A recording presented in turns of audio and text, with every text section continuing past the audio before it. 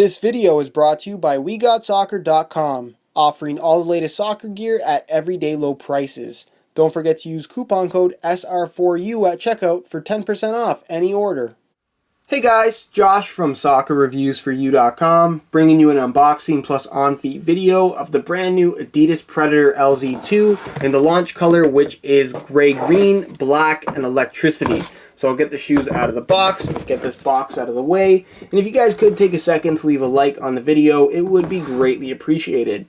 So here is a look at the brand new Predator LZ2. If you guys would like more information on the overall performance of this boot, be sure to check out my video review / playtest, which I'll leave an annotation to on screen, as well as my full written review on my website, SoccerReviewsForYou.com, which you can find linked down below in the description. Now, as far as the Predator LZ2 goes, from a visual standpoint, it definitely appears to be very similar to that original LZ design. You still have your 5 lethal zones, which are in the form of rubber elements, and while they might have been changed around a little bit, the whole concept has remained very, very similar, and for that reason I feel like a lot of people are kind of not interested in the Predator LZ2 because it seems too similar to the original design. And I have to say that it definitely does look similar, but the overall feel that you get from the shoe is definitely improved. I don't want to say it's completely different, but it's improved, and in a big way. I wasn't a big fan of the original LZ in terms of how it felt. I understood the concept, and it just wasn't the shoe for me, but I have to say that I really did enjoy wearing the Predator LZ2, so if you weren't considering the shoe, I would definitely take a harder look at it because it really is a great model from Adidas, and I'm happy with the new release overall. As far as the upper itself goes, it uses the same hybrid touch synthetic we saw used on the original LZ model, as well as on the brand new Nitro Charge 1.0 model from Adidas, which is the other model that a lot of people are pretty excited about.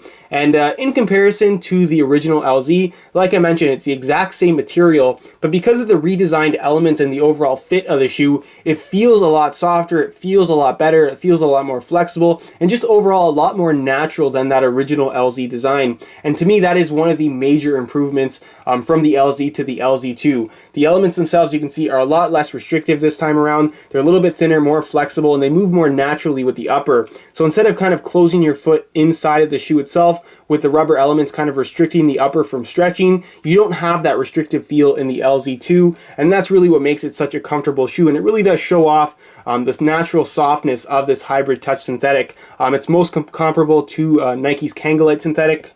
Maybe not quite as thick. As you guys can see, it's pretty thin. There's a little bit of natural softness about it, but for the most part, it's just very, very flexible and comfortable on foot, which is very important. You do have that same kind of off-centered lacing design, but you can see there's a slightly different cut here going on the inside, with the striking element kind of being integrated on this inside of the lacing here, and it really does a good job of wrapping your foot when you pull the laces tight. The tongue itself is made from the same hybrid touch synthetic as the rest of the boot, but you do have a thick memory foam pad running through the middle that also does a great job of just keeping your foot nice and snug inside of the shoe, allowing you to pull the laces nice and tight without experiencing any kind of discomfort. Now, you can't talk about a Predator nowadays without talking about the lethal zones. You still have all 5 lethal zones on the shoe itself, and it's really a marketing giant, the Predator LZ, as a concept, in that each of the zones are described or kind of intended to be used as control or beneficial elements to your game, where elements are described as power elements, control elements,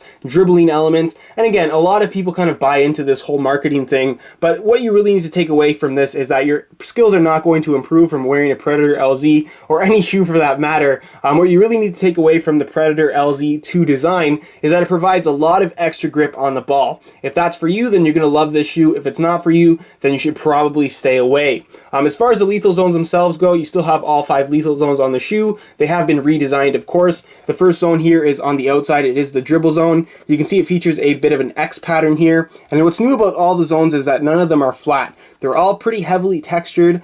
They have little breaks in them, and what that does is that it allows for a break in the grip. Whereas on the original Predator LZ, I found it to be too grippy at certain times, especially when dribbling on the outside, whereas I don't have that issue as often on the Predator LZ2, mainly because the rubber element itself, like I said, it has that texture, it has that 3D effect, so there's never a flat contact surface with the ball and the shoe, so you don't have that kind of clingy feel against the ball, which is very, very important.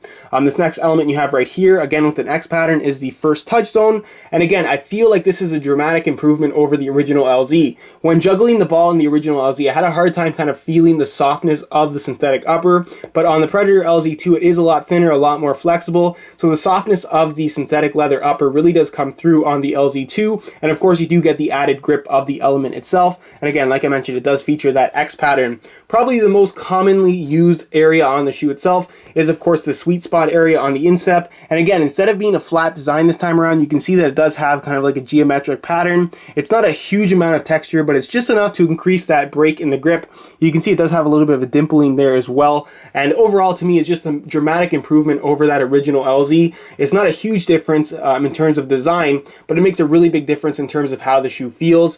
One of the major changes to the LZ from the LZ, to the LZ2 is of course this passing / control element. There used to be a giant pad here made from memory foam. That has been removed, and they've replaced it with a couple strips of rubber similar to the elements you would have seen on the original LZ. Basically all it does is match the rest of the grip that you're going to find on the shoe, and I didn't find it to be any less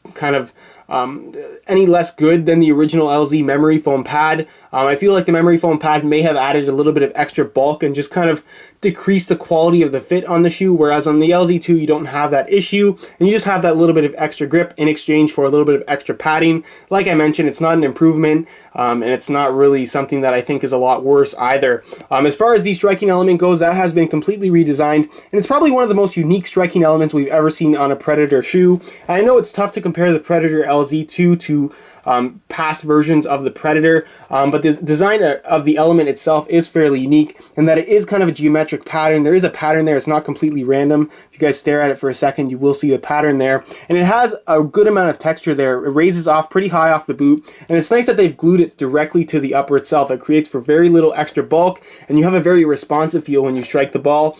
This 3D effect you have on the element seems to kind of compress when you actually strike the ball, giving you a nice feedback when it bounces off of your foot, and providing a tremendous amount of extra grip, allowing you to not necessarily curve the ball better, but allows you to generate spin very, very easily, which is definitely a good thing. And I enjoyed striking the ball really a lot in the Predator LZ2. You do have kind of the same cut here in the heel, although the cut in the toe box and forefoot is a little bit different. It's more rounded off this time. It feels a lot better, and you can see that the toe box is a little bit lower from right out of the box as well. Like I mentioned, you do have your internal plastic heel counter there, just like you did on the original. The heel liner itself is not the same as it was on the LZ. It's kind of a textured, with a slightly kind of grippy coating on the inside. It's like a synthetic leather material, and it feels very good. It has plenty of padding there, and it's overall very, very comfortable. There's not much break-in time required with the LZ2 overall. The insole itself is of course removable, features that smooth nubuck finish, again with a little bit of a grip coating going all the way through there, and then it's pretty much just your standard EVA foam insole, nothing too fancy there. It's a little bit different than the original LZ again, but definitely does get the job done. As far as the sole plate and stud pattern goes, this has gone unchanged from that original LZ design. It is based off of the sprint frame, as you guys can see the branding right there.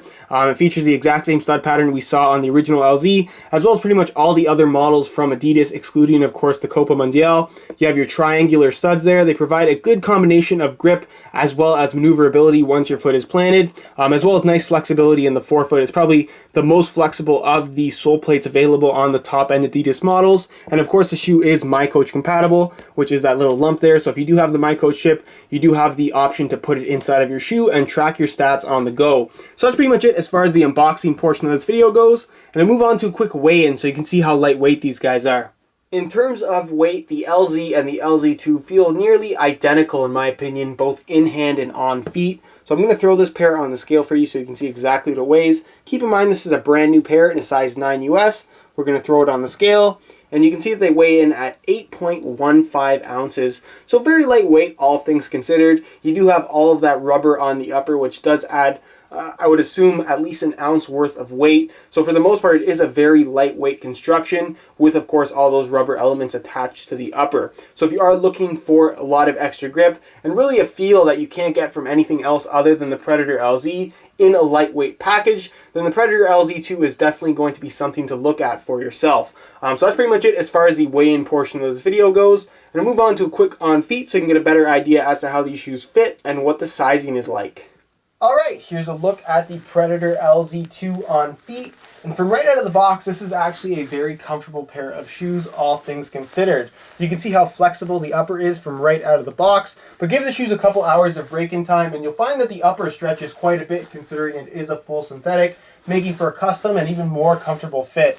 So just keep in mind that they will fit a little bit differently after a couple hours of break-in time than they will from right out of the box. As far as sizing goes, they fit pretty much exactly the same as the original Predator LZ. I'm wearing my usual size 9 US here, and the fit and the length is absolutely perfect. So if you are looking to order a pair for yourself, I would strongly recommend going true to size. Width-wise, the shoe I feel is a little bit wider than the original Predator LZ.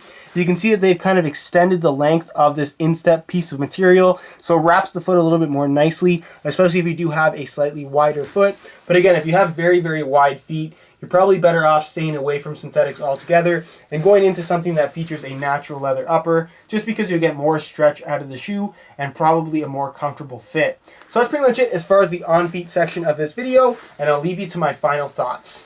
Alright guys, that's it for my unboxing plus on-feet video of the Adidas Predator LZ2. Like I mentioned earlier, if you are looking for more information on the overall performance of this guy, be sure to check out my playtest review video. Again, I'll leave an annotation on screen, as well as the full written review on my website, which you'll find linked down below in the description. On that same review page, you're also going to find buy it now links with the best prices online, including exclusive SR4U coupon codes to get you some additional discounts if you are interested in ordering a pair of these for yourself. If you guys have any questions regarding this shoe, feel free to leave a comment down below. And if you guys could leave a like on the video as well, it would be greatly appreciated. Subscribe if you're not already for daily videos on all the latest soccer gear. Links to all of my social media can be found down below in the description as well. And other than that, guys, I hope you enjoyed today's video. And as always, thanks for watching.